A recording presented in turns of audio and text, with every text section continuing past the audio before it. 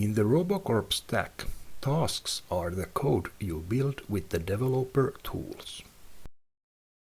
Let's create a new task package. There are multiple options of where you can source your packages from. In this example, we will use an example from Portal. First, provide a name.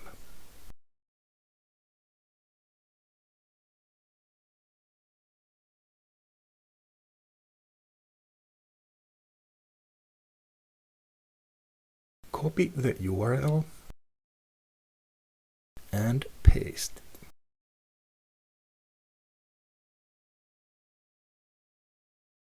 The task package has now been added to the control room. Tasks can now be assigned to be run in processes or assistants.